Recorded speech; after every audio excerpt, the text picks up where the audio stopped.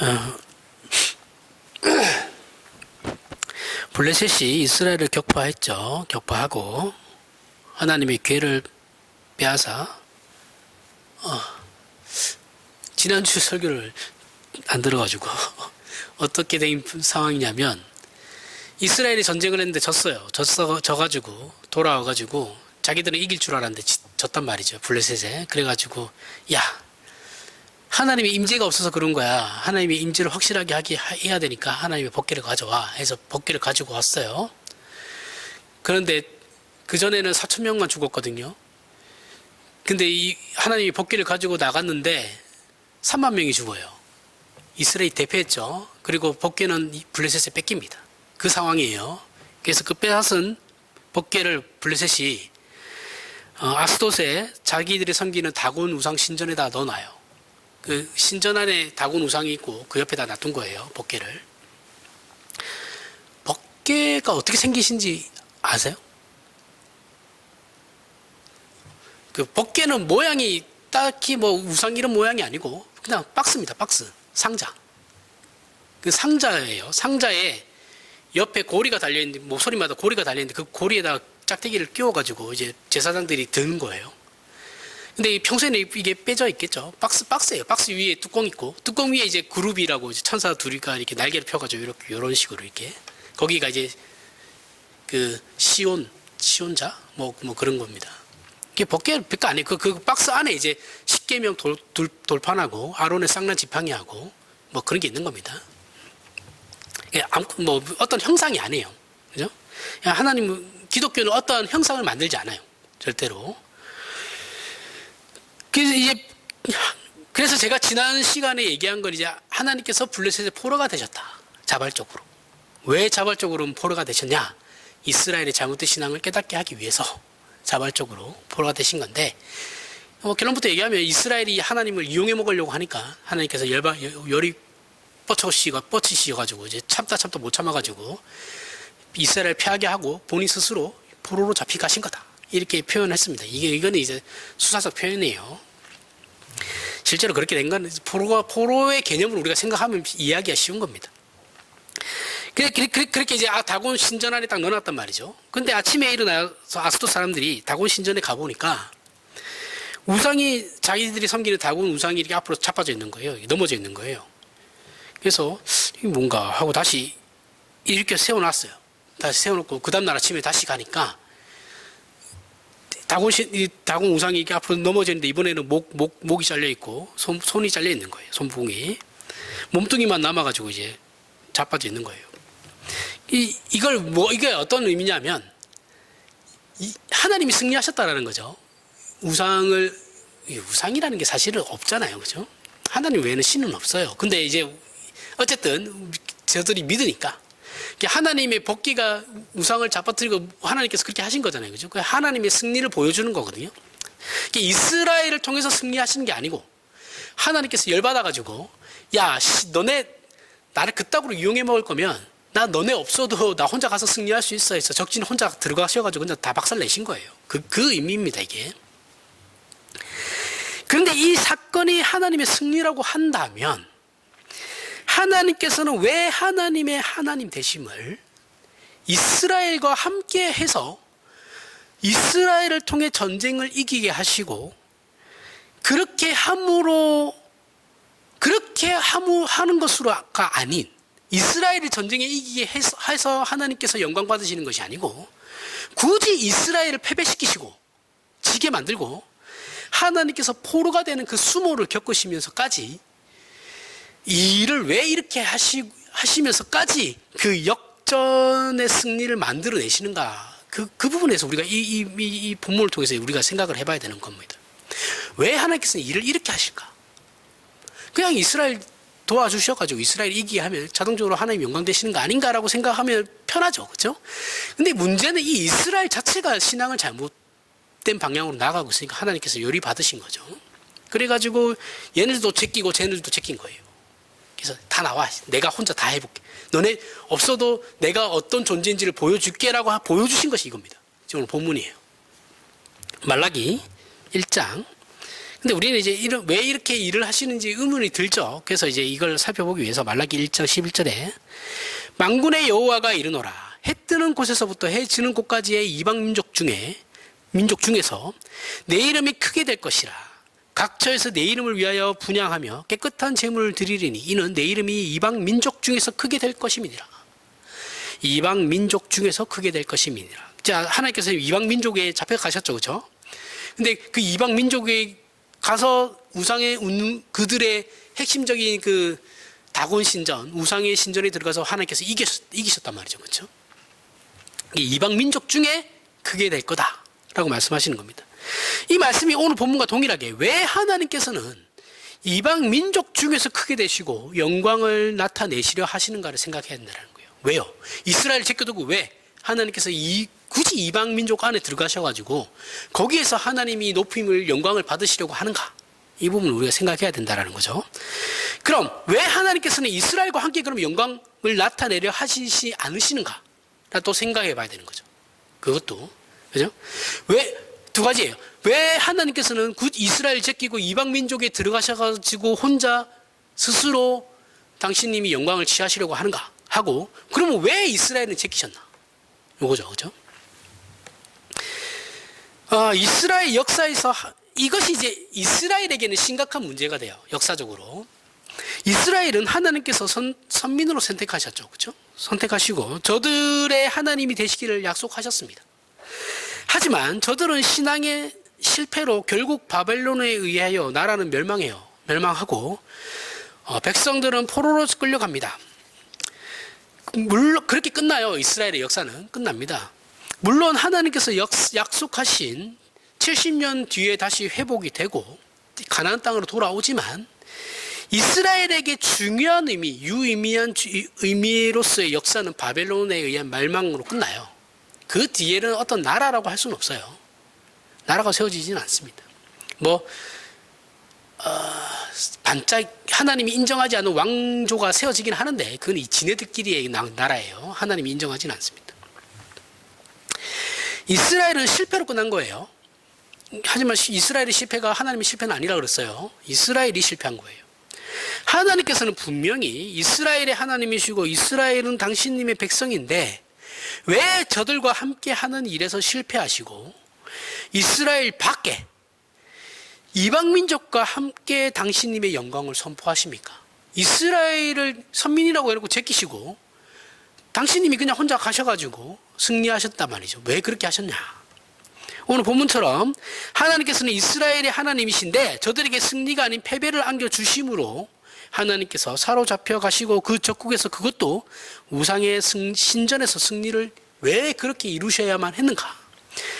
하나님께서는 이런 이스라엘의 실패로 인해서 우리에게 교훈하시는 핵심 내용은 하나님께서는 종교라는 이름으로 신앙이라는 이름으로 조종할 수 있는 대상이 아니다라는 거죠. 지난 시간에 제가 얘기했죠. 하나님께서 제일 싫어하는 것 중에 한 개가 하나님을 이용하는 거예요. 내 목적을 위해서 하나님을 수단화시키는 걸 하나님께서 가장 싫어합니다. 이스라엘은 망할 때까지 이 짓 하거든요. 법궤를 가지고 온 건, 법궤는 뭐예요? 구약시대의 법궤는 말 그대로 하나님의 임재에 대한 상징 그 자체예요. 가장 명분으로 따지면 가장 종교적인 거예요. 그죠? 그거보다 더한 건 없어요. 성막 안에, 그때는 성전이 없으니까, 성막 안에서도 성소와 지성소가 나뉘는데 그 성소를 지나서 지성소 안에서도 핵심이에요. 법궤가. 법궤는 진짜 핵심 중에 핵심이거든요. 가장 종교적으로 명분이 있는 것이라 할지라도 우리가 그것을 내 목적을 위한 어떠한 수단으로 이용하는 순간 그건 하나님과 전혀 상관이 없는 것이 되어버립니다. 이건 오늘날도 우리도 마찬가지예요.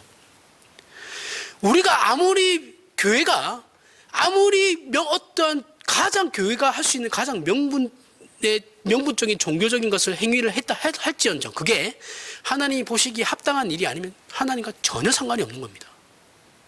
이해하시죠? 무슨 말인지. 그게 그 어떤 것이 되었든 간에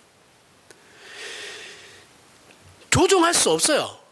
하나님은 우리가 마음대로 할 수 있는 상대가 아닙니다. 근데 이게 한국교회 지금 보세요. 다 내 마음대로 하나님 조종하려고 그러잖아요. 그죠? 교회도 그렇고, 뭐 갖다 붙이기 나름이죠. 다. 얼마나 이게 심각한 죄인지를 몰라요. 아이러니하게도 잘 생각해 보세요. 이스라엘이 실패하는 거는 저들 스스로가 하나님을 잘 섬기고 있다고, 그 뜻을 잘 따르고 있다는 확신 속에서 일어난 거예요. 그죠? 한국교회가 우리는 정말 성경을 하나님의 말씀으로 믿고 하나님의 뜻에 맞게 가장 보수적으로 그렇게 하나님을 따르고 있습니다 라고 하면서 죄를 제일 많이 져요. 이거 정말 심각하게 생각해야 되는 겁니다. 하나님께서 함께하는 나라이기에 당연히 이길 거라고 생각을 했다가 첫 전투에서 패하고, 이스라엘은 하나님의 임재를 분명히 하기 위해서 더 확실한 복귀를 가져왔단 말이죠. 그리고 이제 하나님께서 자신들의 진중에 들어왔으니까 당연히 이길 거라고 생각했는데 더 큰 패배를 하게 되고 복귀는 빼앗기게 됩니다. 그리고 그 엘리 제사장 두 아들 홈리와 비느하스는 죽어요. 그 전쟁에서. 하나님께서 그리고 그 엘리도 그 소식 듣고 죽죠. 자빠져가지고 목이 부러져가지고. 하나님께서 이스라엘의 이런 신앙과 이런 식의 확신에 대해 찬물을 끼얹는 거예요. 나를 그따구로 대하냐? 하고 그냥 찬물을 확 끼얹어 버리시는 겁니다. 여기에 신앙의 심각한 문제와 오해가 있어서 그런 거예요. 그러니까 하나님께서 이스라엘이 잘못된 방향으로 나가니까 거기에 확 찬물을 끼얹으시고 스스로 당신님께서 가서 그냥 혼자 승리하시고 돌아오시는 거예요. 이 복귀가 다시 이스라엘은 아직 돌아오거든요. 이스라엘은 여기에서 그 어떤 역할도 하지 않습니다. 하나님 혼자 다 하세요. 이스라엘이 가졌던 확신은 저들이 가졌던 법궤나 제사 제도나 율법이나 할례 이런 것들이었죠. 그죠? 이거 오늘날 우리 그대로 적용하면 돼요. 우리가 가지고 있는 우리 신자라는 그 위치와, 그리고 뭐예요? 성경 말씀과 기도와 뭐 이런 걸 우리가 다 가지고 있죠. 그죠? 거기에 대한 우리는 확신이 있죠. 그러나 하나님께서는 이스라엘 밖에서, 즉 하나님은 알지도 못하고 법궤나 제사나 율법이나 할례도 없는 이방 민족 안에서 승리하고 돌아오셨단 말이죠. 그러면서 이스라엘에게 너희 확신의 근거가 되는 법궤나 제사 제도나 율법이나 할례 등과 같은 거로 나를, 당신님을 올가매거나 구속하여 조작하고 조종할 수 있다라고 생각하지 말라는 거예요. 그렇게 꾸중하시고 비판하시는 겁니다. 이것이야말로 오늘날 기독교 신자들이 가장 경계해야 하고 반드시 확인해야 하며 분명히 해야 하는 것들이죠. 우리는 이런 식의 하나님의 하나님 되심에 대한 이스라엘의 오해와 실패를 구약에서 쉽게 찾아볼 수 있습니다. 출애굽기 3장을 보면 모세가 처음 하나님을 만났을 때 똑같은 문제로 씨름하는 내용이 나와요. 3장 13절부터 출애굽기 3장 13절에서 14절. 모세가 하나님께 아뢰되 내가 이스라엘 자손에게 가서 이르기를 너희의 조상의 하나님이 나를 너희에게 보내셨다 하면 그들이 내게 묻기를 그의 이름이 무엇이냐 하리니 내가 무엇이라고 그들에게 말하리까. 하나님이 모세에게 이르시되 나는 스스로 있는 자니라. 또 이르시되 너는 이스라엘 자손에게 이같이 이르기를 스스로 있는 자가 나를 너희에게 보내셨다 하라. 자, 이 내용에는 많은 의미가 담겨 있거든요. 우선 모세가 하나님에 대한 강한 불만을 제시하고 있죠. 그죠? 모세는 지금 불만이 많아요. 하나님한테.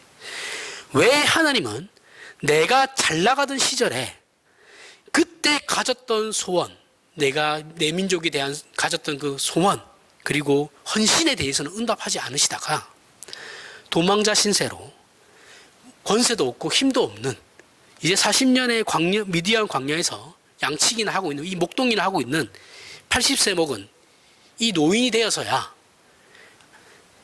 이제는 힘도 없고 능력도 없는데, 열정도 없고 열심도 없는데 왜 지금에서야 나를 부르십니까?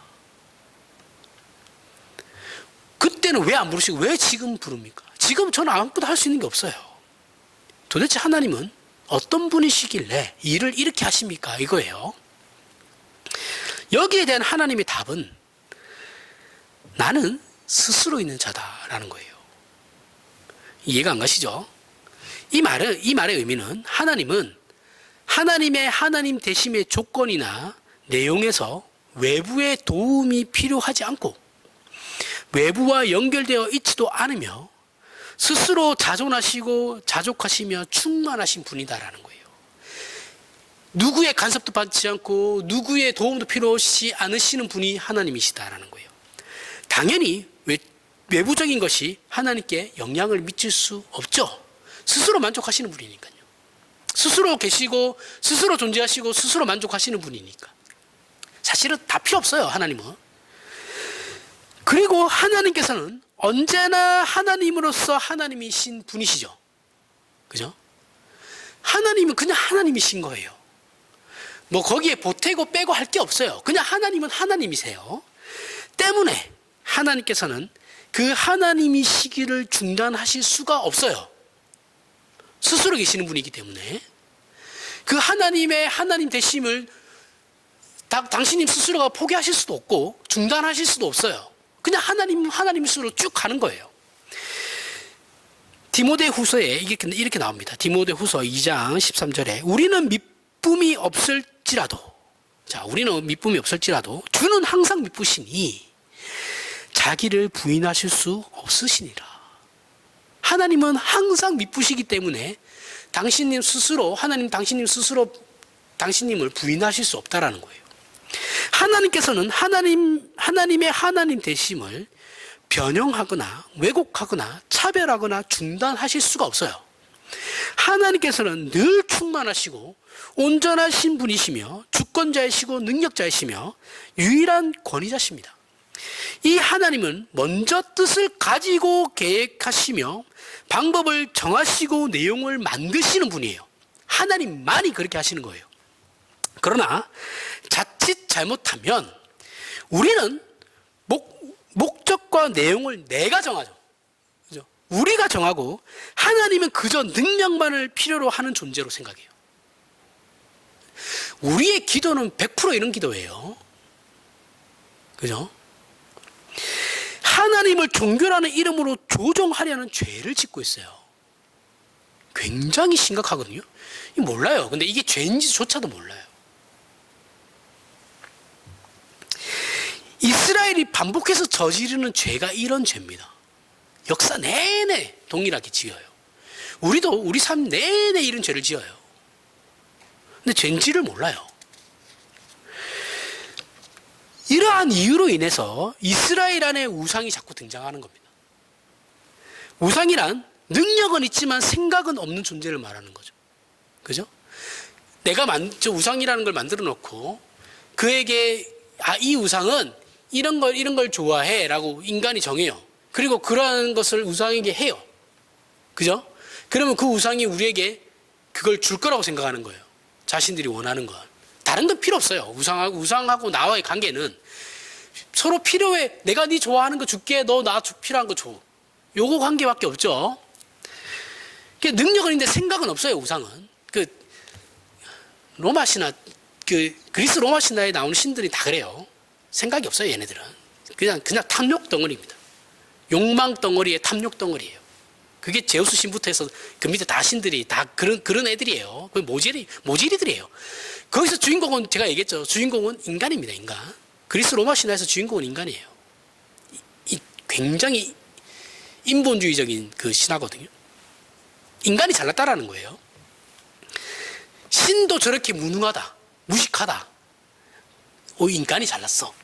인간이 운명을 개척하는 거야. 이걸 얘기하는 거예요. 내 필요와 목적을 이루기 위하여 그 우상이 만족하는 것을 주고 내 필요를 얻어내는 능력만을 가지고 오는 게 우상의 정의죠. 그죠? 여기에 인격적인 관계는 존재하지 않아요. 지금 이스라엘이 하나님께 한 행동은 똑같은 행동이죠. 그리고 우리가 하나님께 하고 있는 행동도 똑같아요. 그죠? 우리는 하나님과 인격적 관계를 요구하지 않아요. 원하지 않아요. 왜요? 그렇게 하면 힘드니까. 하나님 그냥 내가 필요한 걸 달라니까요. 내가 하나님을 위해서 예배하고 하나님을 위해서 기도도 하고 전도도 하고 말씀도 보잖아요. 그러니까 하나님 나에게 필요한 걸 주셔야죠. 내가 예배당 새로 짓는데 헌금 이만큼 구육 했잖아요. 삼봉이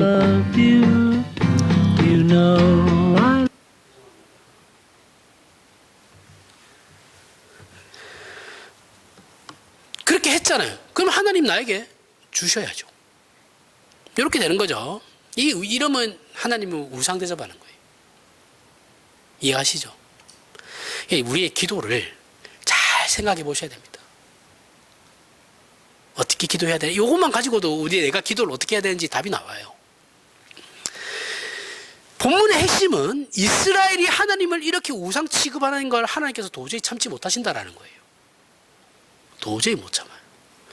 단호하게 거부하시고 거부하는 것을 보여주는 사건이 오늘 본문입니다. 어제와 지난주와 오늘 본문이에요.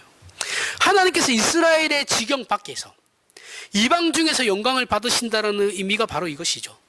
이스라엘과 지금 우리 신자가 하나님을 찬송하고 경배하며 진심을 바치는 것으로 하나님을 붙잡아 우리의 목적과 수단으로 삼으려고 하지 말라는 거예요. 내 열심, 내 진심, 내 헌신을 바쳐가지고 하나님을 내가 원하는 대로 조정하려고 하는 순간 우리는 죄를 짓는 겁니다. 그리고 그때 그런 순간 우리가 했던 그 모든 종교적 행위는 하나님과 아무런 상관이 없어요. 여러분이 몇 억을 예배당에 교회에다 헌금했다 할지라도 그게 여러분의 어떠한 욕심에 의한 것이다 라면 하나님과 아무런 상관이 없는 겁니다. 목사가 앞에서 설교할 때 어떠한 특정한 목적을 가지고 설교를 하잖아요. 그게 하나님의 말씀에 의한 것이 아닌 예를 들어 정치에 대해서 얘기했다 쳐요. 내가 지지하는 그러한 정당의 표를 찍으라는 식으로 얘기를 하잖아요. 그 순간 그건 예배가 아니에요. 얘기했죠. 목사가 앞에서 신소리하면 중간에 나가셔도 돼요. 왜냐하면 그건 더 이상 예배가 아니거든요. 성립이 안 돼요. 이렇게 얘기하면 또 이상한 소리. 어떻게 그렇게 합니까? 예배가 아닌데 무슨 상관이에요. 이거 제 얘기가 아니에요. 이거 다 제가 신학교 때 다 배운 겁니다. 그냥 나가도 됩니다. 예배로서 성립이 안 돼요. 근데 우리 한국 사람들 또 그건 또 못하죠. 남의 시선들 때문에. 수단으로 삼으면 그 순간 죄라는 겁니다. 뭐가 됐든 그 어떤 종교적인 최고의 명분을 가지고 있는 종교적인 행위를 할지라도 그게 가장 종교적인 것이다 할지라도 하나님께서는 거기에 속지도 않고 넘어가지도 않으십니다. 그래서 호세아 선지자가 이스라엘에게 너희가 하나님을 아는 지식이 없음으로 망한다라고 하는 거예요. 이거 한국 교회에 그대로 적용돼요. 지금 하나님을 아는 지식이란 정보와 이해의 문제가 아니에요. 한국 기독교가 신학이 부족해가지고 망하고 있는 게 아니잖아요. 그렇죠? 한국 기독교의 신학은 굉장히 발전해 있습니다. 신학이 없어서 망하는 게 아니에요. 지금 우리가 지금 말하고 있는 이 내용을 말하고 있는 거예요. 하나님만이 시작이고 과정이며 결과이신 유일한 창조주이십니다. 오직 하나님만이 정하시는 거예요. 그런데 우리는 내가 정하고 만들며 내가 욕심내고 욕망하는 것을 얻는 수단과 방법으로만 하나님을 이용하려고 하니까 문제인 거예요. 이게 하나님을 아는 지식이 없다라는 거예요.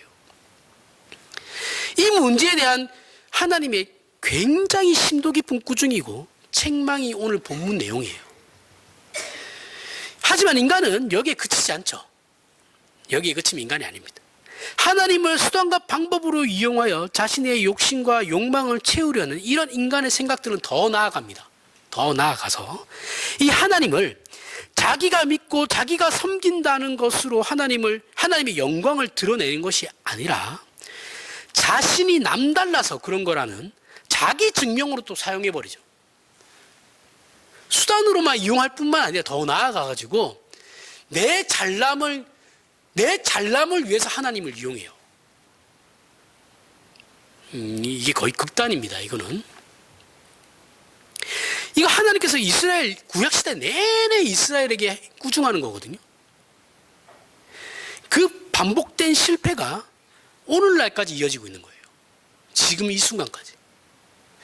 로마서 10장 1절에서부터 3절에 형제들아 내 마음에 원하는 바와 하나님께 구하는 바는 이스라엘을 위함이니 곧 그들로 구원을 받게 함이라. 내가 증언하노니 그들이 하나님께 열심히 쓰나 올바른 지식을 따르는 것이 아니니라. 하나님의 의를 모르고 자기 의를 세우려고 힘써 하나님의 의에 복종하지 아니하느니라. 이스라엘이 계속해서 실패하는 자기 의. 그죠? 이스라엘은 자기 의를 위해서 하나님이 이용해 먹죠. 즉 하나님의 의를 모르고 자기 의를 내세웠다는 말이 무슨 말이냐 하면 마태복음 23장에 가면 예수께서 유대인들을 꾸짖는 내용에서 그 답을 찾을 수 있어요. 마태복음 23장 13절에서부터 15절에 화 있을진저 외식하는 서기관들과 바리새인들이여 너희는 천국 문을 사람들 앞에서 닫고 너희도 들어가지 않고 들어가려 하는 자도 들어가지 못하게 하는도다. 화 있을진저 외식하는 서기관들과 바리새인들이여 너희는 교인 한 사람을 얻기 위하여 바다와 육지를 두루 다니다가 생기면 너희보다 배나 더 지옥 자식이 되게 하는. 이거 한국교회 그대로 적용돼요. 이것도. 그죠? 외식하는 자, 즉 겉으로 치장하는 자들을 말해요. 무엇을 치장합니까? 이 서기관들과 바리새인들이 가진 신앙이 자신들의 남다름에 대한 증거에 불과했다라는 것을 말하는 거죠. 그죠? 저들이 하나님을 섬기고 신앙을 가진다라는 종교심이 다른 사람보다 우월하다는 자기 증명밖에 되지 않았던 겁니다. 그것 말고는 이들에게 어떤 그 신앙의 의미는 없어요. 내 잘남을 드러내기 위해서 신앙을 이용해 먹는 거거든요. 기독교 신앙이라는 건 하나님께서 시작이고 이유이며 운명이고 끝이에요. 하나님이 답니다. 그런 능력자이시면서 우리를 사랑하시는 은혜의 아버지라는 사실에 그 기독교 신앙이 근거를 두고 있는 거예요. 이런 하나님의 전능하심과 은혜로우심으로 인하여 기독교 신앙이 존재하는 거예요. 이거 없으면 기독교 신앙은 성립되지가 않아요.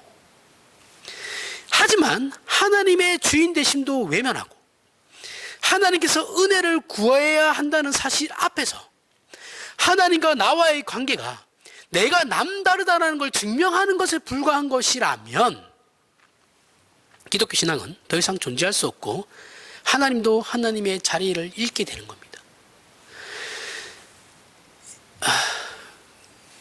이런 사람들에게 진정성이 없냐면 아니요, 진정성이 있죠. 그 사람들이 하나님을 향한 마음은 진정하죠. 진정성이 가지죠. 제가 저번에도 얘기했죠. 그 진정성이 위험한 거라고. 진정성은 옳은 게 아니에요. 히틀러도 진정성 가지고 유대인들 죽였어요. 그죠? 그 사람들도 다 하나님께 진심으로 대하는 거예요. 잘못된 신앙이지만. 그래서 예수께서 너희는 천국 문을 사람들 앞에서 닫고 너희도 들어가지 않고 라고 말씀하신 것이죠. 바리새인들과 서기관들과 바리새인들도 진심이죠. 그렇죠? 하나님을 향한. 바로 잘못돼서 문제인 거지. 진심을 가졌어요. 제자들도 진심을 가졌죠. 잘못된 것을 이때는 잘못된 그 진심이었지만 진심이 옳은 것이다라고 생각하면 야, 나 진심이야라고 했다. 그게 그 사람이 진심이라고 해서 그게 옳은 것이다라고 생각하면 안 된다라는 거예요. 행동이 옳아야 되는 거예요. 그들의 신앙이 옳아야 되는 것이고 진심은 다 누구나 있죠. 천국은 예수 그리스도 안에 있는 하나님의 은혜와 긍휼로 들어갈 수 있는 곳입니다. 하지만 이들에게 기독교 신앙은 그저 자신의 남다름을 증명하는 도구일 뿐이에요.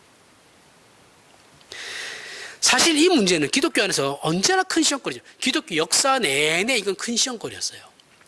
우리 신자가 기독교 신앙을 바르게 점검하기 위해 우리가 믿지 않는 자들을 어떤 시선과 마음으로 바라보고 있는지를 먼저 살펴봐야 하는 겁니다. 만약 저러니까 지옥까지 이런 마음을 가지고 있다면 우리는 우리의 구원과 우리의 신자된 것을 오해하고 있는 거예요. 이스라엘과 똑같이 우월감으로 자신에게 자격이 있다고 생각하는 것이죠. 아닙니다. 우리가 저들보다 먼저 구원받은 것은 전적으로 우리가 저들보다 더 못났기 때문에 그런 거예요. 하나님께서 이스라엘에게 얘기하잖아요. 너희가 잘났다는 게 아니야. 너희가 제일 작고 못났기 때문에 내가 너희를 선민으로 선택한 거야.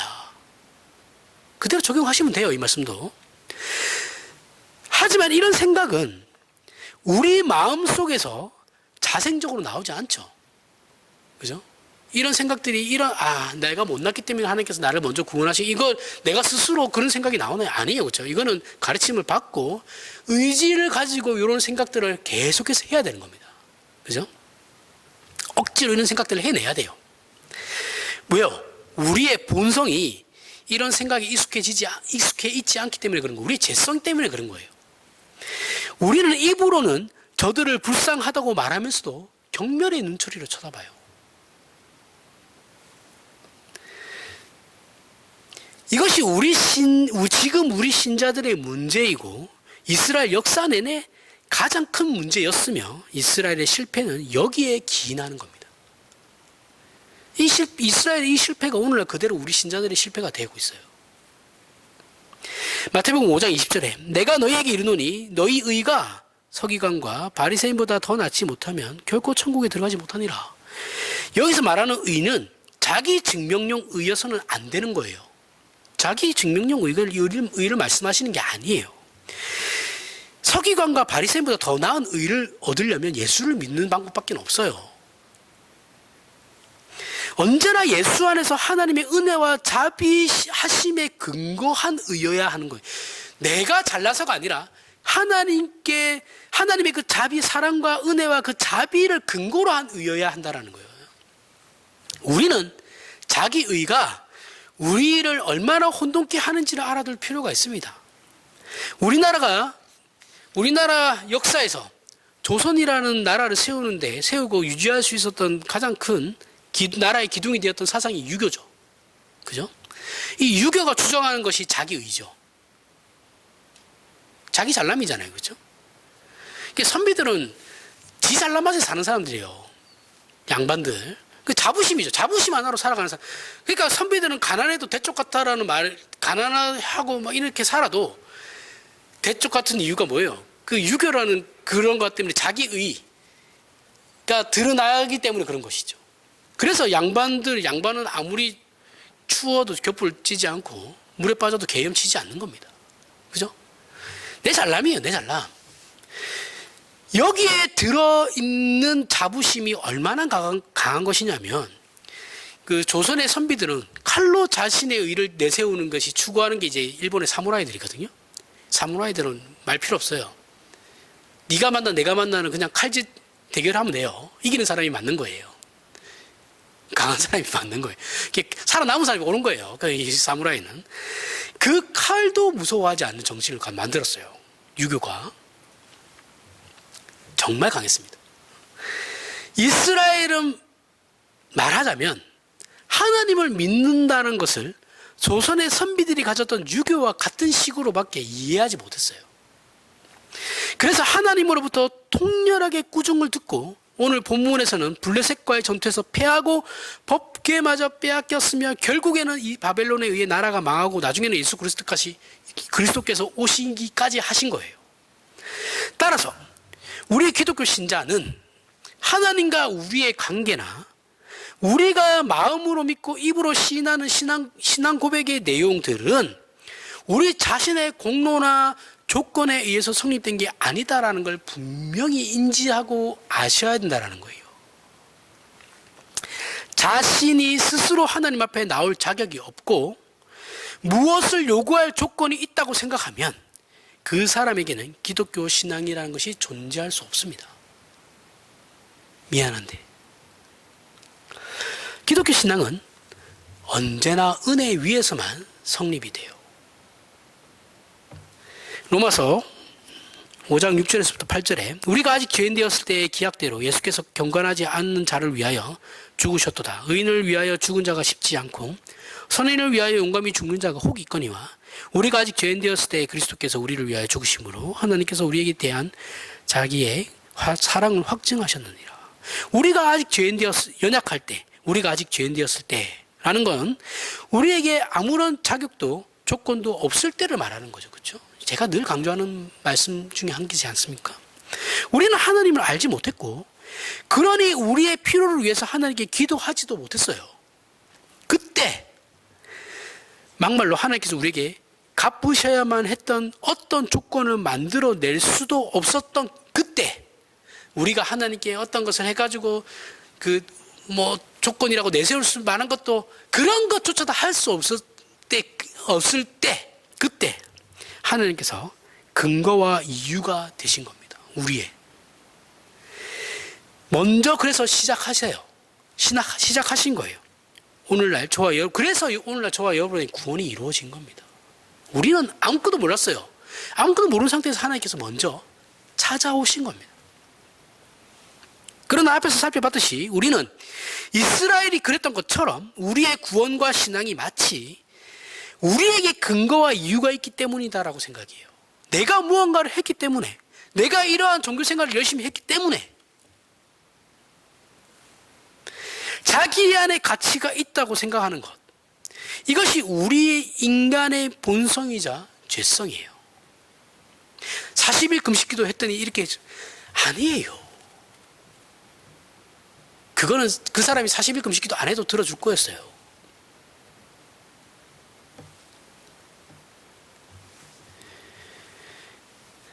그 40일 금식기도가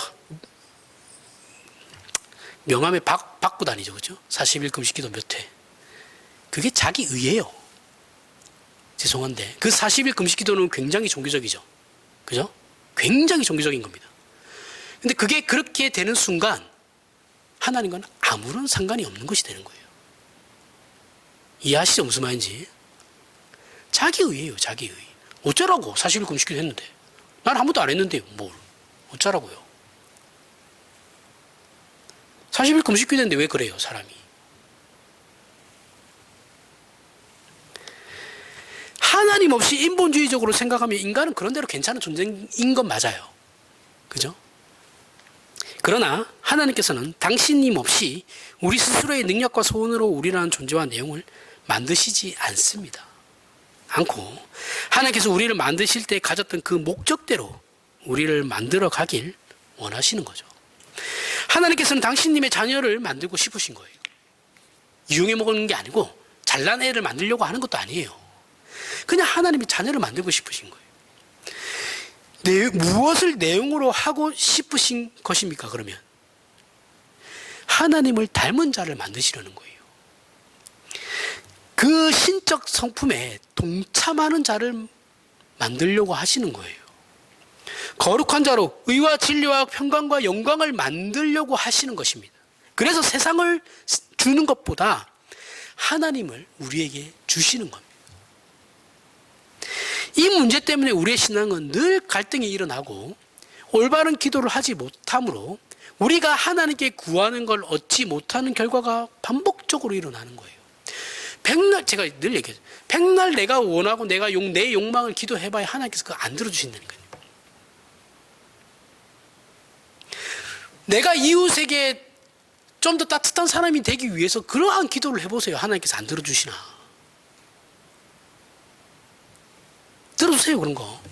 내 승질머리 못 고치지만 그래도 약간의 그런 것 때문에 기도하고 울며 매달리면 하나님께서 조금씩 변화시켜 주십니다. 아닌 것 같죠? 돼요, 진짜. 근데 뭐 제가 볼 때는 드라마틱하게 변화는 없는 것 같고 남 탓하는 게 내 탓으로 변하긴 해요. 제 경험상은 그렇습니다. 제 경험상은 남 탓하는 게 내 탓이 되더라고요. 그렇게 되면 이제 저도 변하겠죠. 한국교 신자들은 종교적인 행위를 하거나 신앙적인 헌신을 할 때 그것을 하나의 공로와 조건이 쌓이는 것으로 오해하는 사람들이 대단히 많죠. 우리 이런 말 많이 하죠. 저희 할머니가 하던 말인데 니는 3대째이기 때문에 기도가 많이 쌓여가지고 네 삶은 형통할 것 같아. 형통하긴 개뿔. 죽을 것 같은데. 그런 말 많이 하죠. 4대째 기독교 집안이라 부모 위에 조상들이 기도를 많이 해서 복받은. 아니에요. 그런 거 없어요. 신앙은 다이다입니다. 죄송한데. 하나님과 나와의 관계지 그 부모하고는 상관없어요. 부모는 부모와 하나님과의 관계예요. 부모가 아무리 그렇게 해봐야 자녀가 개판 치면 마찬가지예요. 그런 말 많이 하죠. 그렇죠? 아니에요. 그런 거 없습니다. 기독교는 그렇게 쌓아가는 게 아니에요. 그런 식으로 쌓아가는 게 아니에요. 이런 공로와 이게 공로죠. 공로주의가 되는 거죠. 그렇죠? 내가 부모들이 기도를 많이 했다라는 게 공로가 되죠. 조건이 되죠. 그래서 자녀들이 잘 될 거다. 후손들이 잘 될 거다. 그런 게 어디 있어요. 기독교 신앙에. 그것만큼 미신적인 것도 없죠. 만약에 제가 이렇게 얘기했듯이 그런 거 없다 그러면 한국교 신자들은 교회 안 나올 사람도 많을 겁니다. 진짜 그래요. 자기의 헌신이나 자기의 종교심에 대해서 의심할 사람들 많을 거예요. 우리가 아프거나 어려움을 겪고 있는 사람에게 전도하면 그 사람들은 이렇게 얘기해요. 제가 어떤 내 친구 중에 만약에 제 친구가 교회를 안 나가다가 교회를 안 다니는데 아파요. 심각하게. 그래서 제가 가서 기도해주고 뭐 이렇게 전도했는데 예수 믿어라 이렇게 하면 걔네들 뭐라 그러겠어요? 야, 멀쩡할 때 안 믿었는데 아프다고 나가면 너무 양심 없는 거 아니냐, 이렇게 우리 얘기해요. 저도 그렇게 얘기할 거지만 여러분도 아마 그렇게 얘기할 겁니다. 맞죠? 하나님 그런 분 아니야 이렇게 얘기하겠죠. 친구가 그렇게 얘기하면 아니야, 하나님 사랑하는 하나님이야, 다 받아주셔, 네 그렇게 생각하면 안 된다, 기독교는 그런 게 아니다, 이렇게 얘기할 거예요 분명히. 근데 이게 나한테 적용은 그렇게 안 돼요. 말은 그렇게 하는데 내 삶에는 그게 적용이 안 된다고요.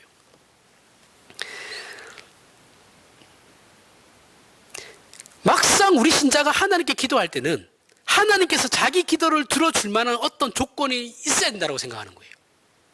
그죠?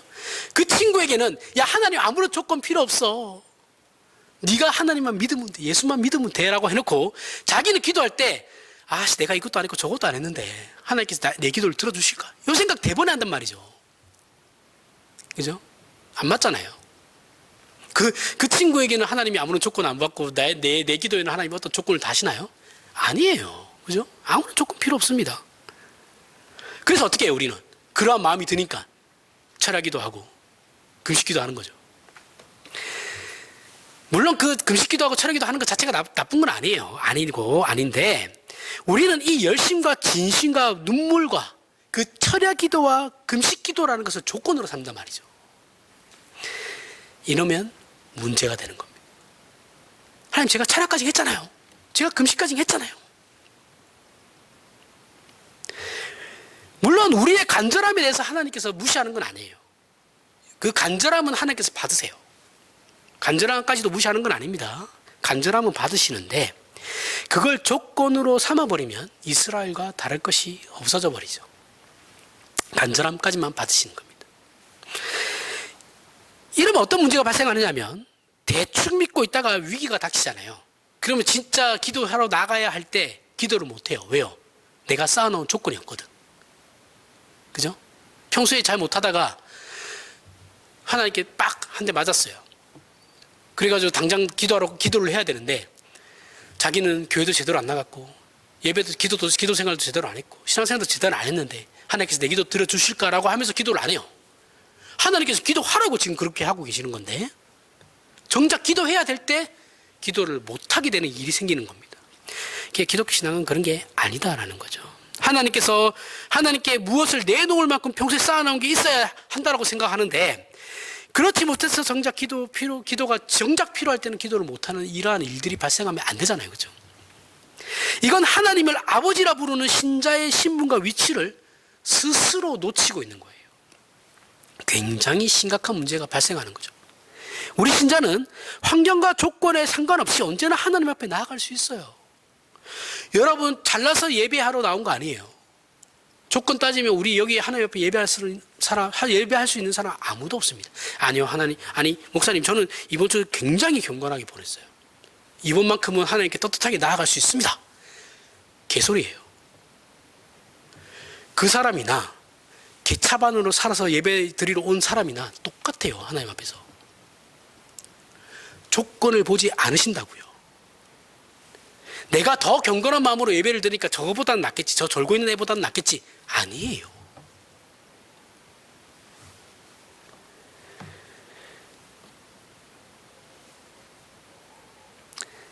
아무런 어떠한 환경과 조건에 상관없이 언제나 하나님 앞에 나아갈 수 있습니다. 왜요? 왜 그렇게 나아갈 수 있어요? 나를 조건으로 하는 건가요? 아니요. 예수 그리스도가 조건이 되는 거예요. 이것이 예수 그리스도로 인한 우리가 받은 구원의 탁월함입니다. 그 탁월함 이해가 가세요? 뻔뻔해도 말이 안 돼도 상관이 없어요. 세상 사람들이 볼 때는 이해를 못하죠. 야, 저런 인간도 교회 가서 지금 예배 드린다고? 그 사람이 신자인 이상 예수 그리스도 때문에 가능한 일이에요. 그게 기독교의 구원이에요. 이게 하나님과 우리의 관계에서 최우선하는 겁니다. 그 다음에 나온 다음에 그 다음에 창피함이 있는 거예요. 예배의 자리로 나온 다음에 자리로 나올 수 있어요. 예배도 드릴 수 있어요. 그리고 난 다음에 창피함과 염치와 체면 같은 것이 있는 거예요. 이해하시죠? 나아가는 게 중요한 겁니다. 나아가는 게. 나아가고 나서 부끄러워하고 염치를 그때부터 챙기면 되는 거예요. 이것이 신자에게만 허락된 특권입니다. 그리고 이것이 기독교 신앙의 본질이에요. 나아가지 않고 끝까지 끙끙대면서 혼자 해봐야 아무런 답이 안 나와요. 나아가야 됩니다. 일단은 나아가셔야 돼요. 예수 그리스도를 힘입어서. 만약 하나님과 우리의 관계에 무엇인가가 있어야 한다면 그 관계는 더 이상 부자지간의 또 부자가 하면 또 딸들이 서러우니까 아버지와 자녀의 관계를 벗어나 필요에 의한 이해관계로 그렇게 되면 전락해버리고 말죠. 어떤 조건이 있어야 한다면. 바로 이 지점을 하나님께서 이스라엘을 꾸짖는 거예요. 우리가 가진 신자의 특권을 늘 놓치면서 삽니다. 늘 놓쳐요. 늘. 조건과 자격에 매달려 있기 때문에 그런 거예요. 그래서 늘 자신을 후려치기만 해요. 내가 안 해서, 내가 못나서, 내가 부족. 그래서 나아오라고 하는 건데, 예수 그리스도를 힘입어서 나오라고 하는데 내가 부족한데 어떻게 나아가면, 이러면 미치고 환장하는 거죠. 하나님 입장에서. 야, 저거 못 알아쳐먹네. 그렇게 설명을 해도 못 알아듣는. 그건 자기의예요. 자기의. 그 순간에도 자기의를 드러내려고 하는 겁니다. 먼저 하나님의 자녀로서의 그 신분과 하나님의 돌보심을 누려야 돼요. 누림으로 평안과 만족과 감사가 있어야 돼요. 먼저 나아가야 됩니다. 나아가고 난 뒤에 신자다움은 그 다음 문제예요. 나아가지도 않은 상태에서 어떻게 신자다움을 논합니까? 그죠? 먼저 나아가셔야죠. 신앙에서 조건과 자격을 만들면 꼭 자랑이 생기게 돼 있어요. 그리고 정죄가 발생하게 됩니다. 이거는 그냥 하나의 그 법이에요, 법. 물론 우리가 신앙적으로 열심을 내는 건 잘하는 일이고 귀한 일이고 칭찬받을 만한 일이에요. 그걸 하지 말라는 게 아니에요. 하지만 자랑과 정죄하는 것으로 가서는 안 된다라는 거죠. 그죠? 이것도 이제 오늘날 한국 기독교는 이제 열심조차도 없어서 문제예요. 그냥 물에 물 탄 듯 술에 술 탄 듯 뭐 이렇게 하는 신앙생활하고 있죠. 그죠? 이게 더 문제긴 합니다, 사실은. 자랑만큼 자기 안에 근거를 세우는 일도 없어요. 자신 안에 근거를 세우기 시작하면 상대방에게 너의 근거는 무엇이고 그 근거 위에 쌓아놓은 건 얼마나 되는데, 쉽게 얘기하면 너 하루에 기도 얼마나 해? 그 기도 얼마나 했는데? 이렇게 묻기 시작해요. 너 공예배 다 나와? 나 다 나와. 이렇게 정죄하기 시작한다고요. 이 싸움이 교회 공동체를 무너뜨리는 거예요. 얘기했죠. 목사 말고는 아무도 얘기하시면 안 돼요. 상대방 신앙에 대해서. 뭐라 할 필요도 없어요. 원래 목사와 장로가 하는 역할이에요. 우리 교회는 장로가 없으니까. 그럼 목사가 하는 일이죠. 지리장로가 왜 지리장로겠어요? 목사와 장로 외에는 그 누구도 입을 떼서는 안 돼요. 절대 이런 일은 교회 공동체 안에서 있어서는 안 됩니다. 우리는 하나님의 은혜 아래 있다는 걸 기억해야 하고, 우리가 신앙생활을 잘하고 더 깊은 경지에 들어가게 된 건 내가 잘나서가 아니고 그저 하나님으로부터 받은 복입니다. 내가 많은 걸 알게 되었어요. 내가 남들 모르는 거 먼저 알게 됐어요. 그래서 이런 게 진리구나 깨달아요. 그러면 아유 저 진리도 모르는 것들 이렇게 가면 안 되고 먼저 깨달은 그 복을 누리시면 돼요. 그냥 그게 우리가 받은 복이에요. 우리에게는 다른 사람에 대한 심판권이나 정죄권은 없습니다. 그건 하나님의 몫이에요. 월권 행위 하시면 안 됩니다. 그리고 그것으로 인해 서로 시험 받아서도 안 돼요. 그러는 순간 우리는 외식하는 바리새인과 서기관이 되는 거예요. 저들은 천국문을 막고 자기들이 다른 사람들을 불러서 자기들보다 더한 자로 만드는 악순환을 만들게 하는 자들이에요. 교회는 그러면 안 됩니다. 교회 공동체는 용서받는 곳이어야 돼요. 오직 하나님 앞에서 사람이 서로 은혜를 입는 곳이어야 합니다. 이것을 방해받아서는 안 돼요. 만약 교회 공동체가 그렇게 되면 하나님께서는 그 교회 공동체를 깨어버리실 거예요. 제가 얘기했죠. 우주적 교회가 있다고 그랬죠. 불가시적 교회, 눈에 보이지 않는 교회. 이는 예수 그리스도로 인한 몸된 지체, 우리, 그죠? 이게 우주적 교회예요. 그러면 눈에 보이는 교회는 뭐예요? 가시적 교회. 지금 이 교회 조직을 얘기하는 거죠. 눈에 보이는. 요거는 망할 수도 있어요. 해체될 수도 있고 없어질 수도 있고 생기기도 하고 없어지기도 하는 겁니다. 이거는 전혀 문제가 되지 않아요. 이 공동체를 하나님께서 깨버리실 거라고요.